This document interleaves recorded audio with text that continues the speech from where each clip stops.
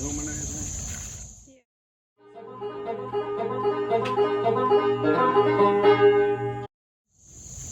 Hey, how you doing? We got this old grape arbor here with a bunch of nice grapes on it. We got to pick them every year, and we make some wonderful grape juice. I say we.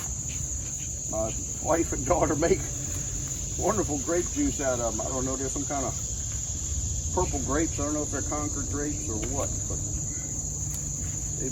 we've been growing them for a lot of years, so we decided to make good use of them. It ain't like in the movies, they don't all get ripe at the same time and have a big cluster. I don't know why, but we pick them like they are, and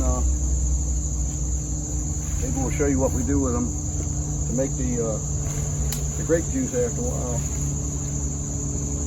It's a wonderful treat too to just squirt them in your mouth.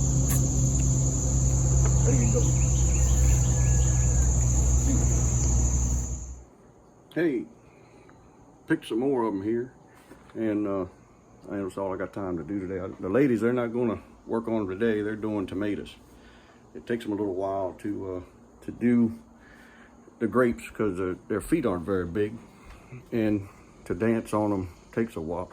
Oh, you don't do it that way anymore? No. Oh, I must have been misinformed. Hey, it's early morning. Sun's just not quite over the trees yet over there on the horizon. You know, the Bible mentions vines a lot, and grapes, and there'd be 6 months worth of tractor churches on if I looked at every passage that had to do about grapes and vines and whatnot. But I don't know, it just felt kind of led to look at John chapter 15. It says, I am the vine. This is Jesus talking. I am the vine, and my Father is the husbandman, which is the vine dresser, caretaker. Every branch in me that beareth not fruit, he taketh away. And every branch that beareth fruit, he purgeth it or prunes it, that it may bring forth more fruit. Then it says in verse 5, I am the vine, you're the branches.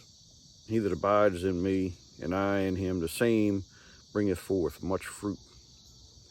For without me you can do nothing. If a man abide not in me, he is cast forth as a branch and is withered.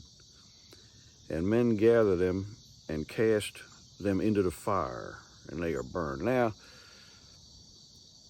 if I'm a Christian, and if I call myself a Christian, and I'm not producing any fruit, this has got to scare me a little bit.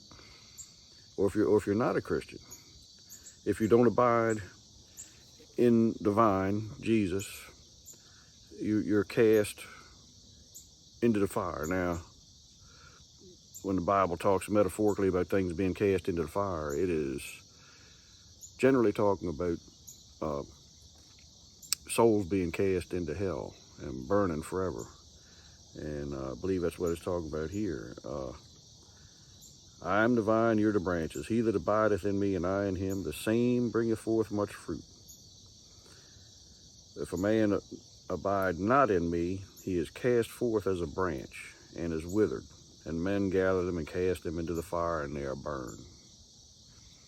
You know, come to your own conclusions, but, you know, hey, if it wasn't something you needed to concern yourself with, it probably wouldn't say in 2 Peter in the first chapter,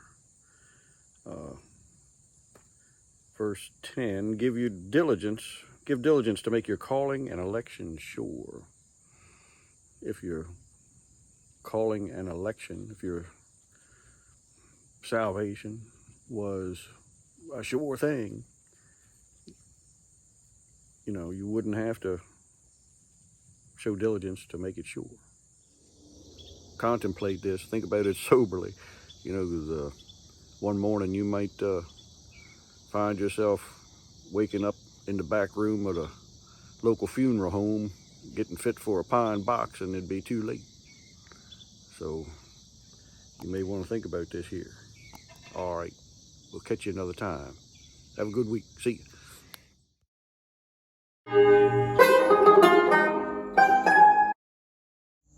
Maybe we'll show you what we do with them to make the grape juice after a while. It's a wonderful treat too to just squirt them in your mouth. There you go.